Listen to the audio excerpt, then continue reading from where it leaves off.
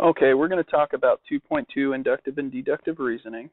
So the first thing we're going to review is what a conjecture is. A conjecture, an unproven statement based on observations, all right? And for the conjecture to be true, it has to always be true. However, conjecture can be proven false by finding one counterexample, and that's what we're going to talk about to begin with here, okay? So, we're going to use inductive reasoning to discuss this. So inductive reasoning, using patterns or specific examples to write a conjecture for a general case. So if you think about it this way, you're starting with your specifics, okay, and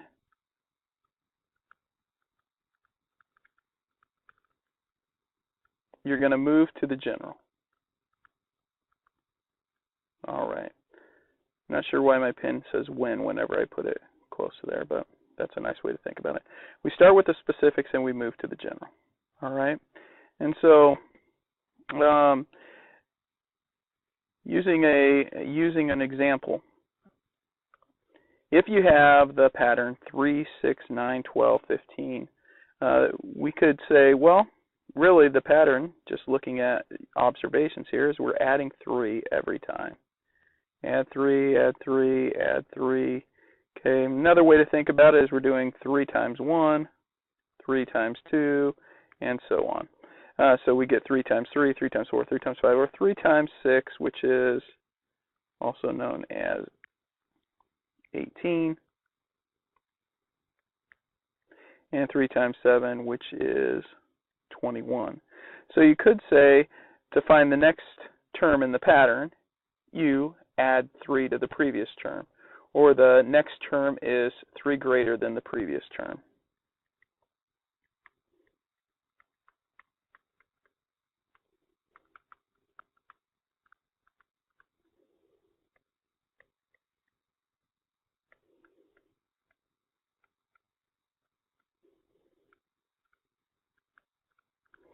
Okay, that could be your conjecture, and you could keep going and you would test that conjecture, and that would always be true. Okay, that's using inductive reasonings. We went from specific examples and we moved to a general statement, a general rule. All right. So let's try to use some counterexamples. A counterexample is a specific case for which a conjecture is false. And if we use inductive reasoning to test conjectures, we could look for some counterexamples and see if they're false. We should always look for that. So I have 2 statements here. The first one, the number, or the square of a number is greater than the number. Okay, so let's say I have n squared, and that we're saying that is always greater than n. All right, well, let's try that. Let's say we have n is, I don't know, let's say 2. Okay, well, n squared would then be 4. 4 is greater than 2, that's true. Let's say n is 3. Well, if we put in squared, it's 9, and 9 is greater than 3.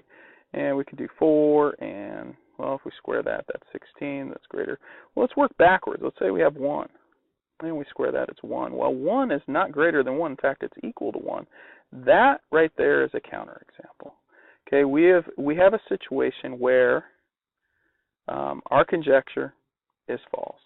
All right, and that is a counterexample. And you know, if you're looking for counterexamples, I guess you could say we win. And my cursor likes to say that right here. I don't know what's up with that.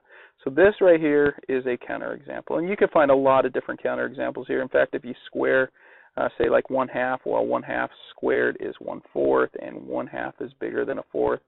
So that would be another counterexample.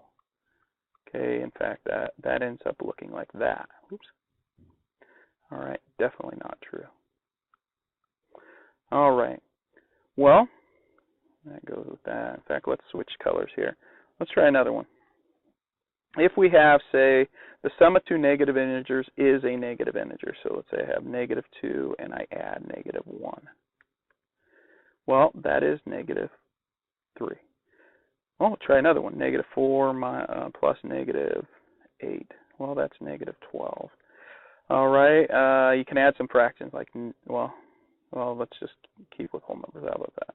Here we've got integers here we're dealing with. Okay, so the whole numbers and its opposite. So let's go -7 and -6. Now, someone might argue, like, what, do you have to do this for your whole life to figure out if you can ever find a counterexample?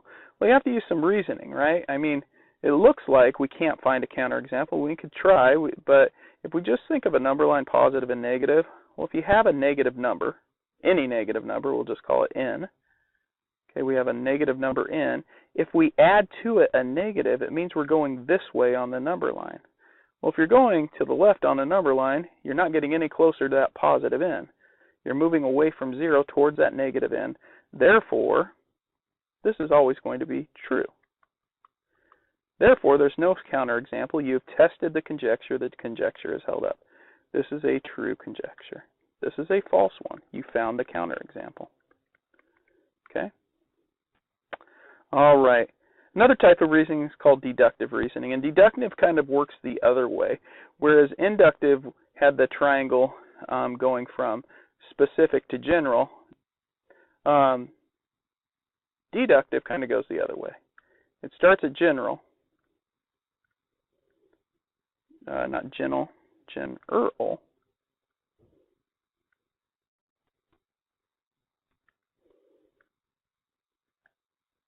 Oh, I used a different color there. That's okay. General, and it moves to specific. All right.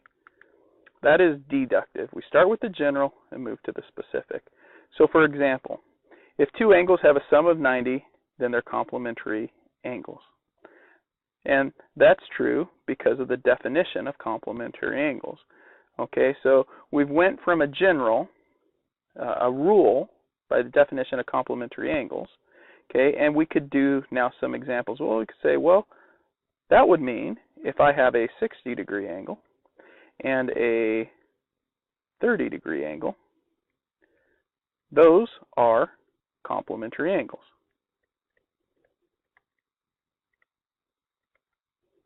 Okay, you go from a general rule, okay, and you work your way backwards to specific examples.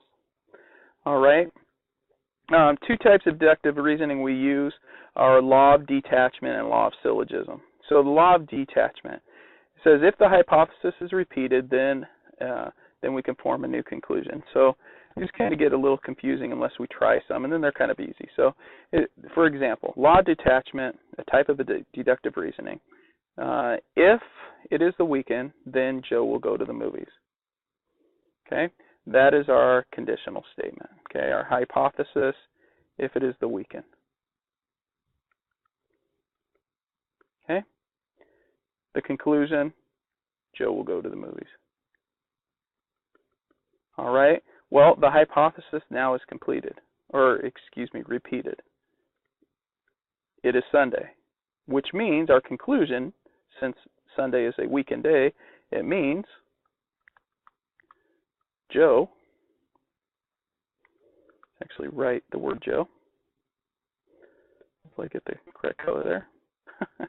If you didn't know, I'm colorblind, so every time I'm picking a color, I can't tell until I actually get it right next to it, but that's okay. Joe will go to the movies. All right. So all we've done here is we said, well, if it says if it is the weekend, Joe will go to the movies. Hey, it's Sunday. Therefore, Joe will go to the movies. If the hypothesis was repeated or wasn't repeated, it said like it's Monday, we couldn't conclude anything. Okay, that is an example of the detachment policy, or law of detachment. Now, the law of syllogism is a much more wordy. It says, given two conditional statements with the conclusion of the first matching the hypothesis of the second, by removing the matching pieces, a new statement is formed. This should read a new, not an new. A new statement is formed using the hypothesis of the first and the conclusion of the second. So in more of our format that we've been working with, if P, then Q, if Q, then R, we can conclude P, then R. Okay? So really what we're doing is we're getting rid of these two pieces if those two are the same. All right? So let's check it out.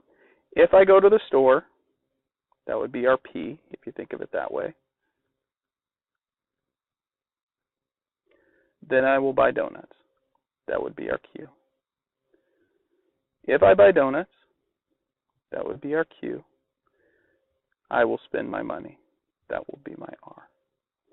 My conclusion, since if I buy donuts and I will buy donuts, they're the same, the conclusion says, or we can conclude, I guess this shouldn't say conclusion, it would be our new statement. Oops, I don't know why I wrote we.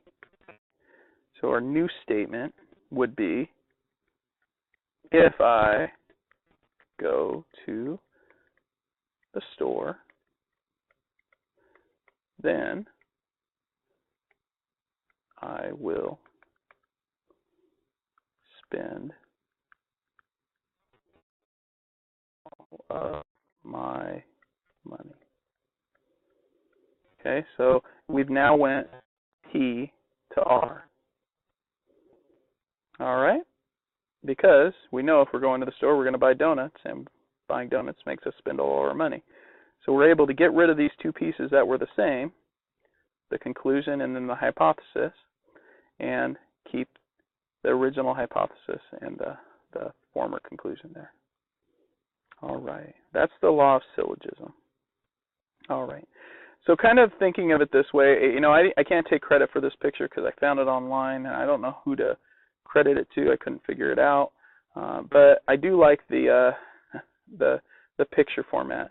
Because lions are dangerous, they are kept behind locked doors. Therefore, I can deduce that the lion is behind the right locked door.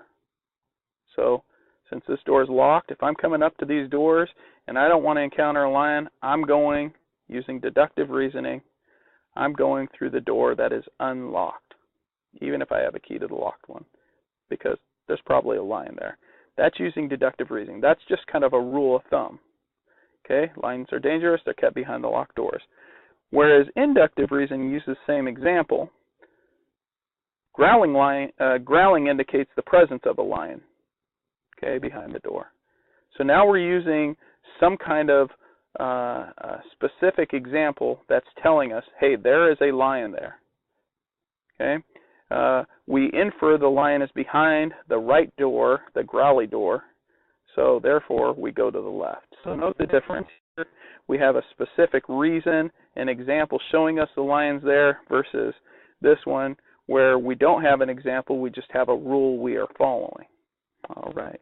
Very good. Inductive and deductive reasoning, law of syllogism, law of detachment, fun stuff. Good luck.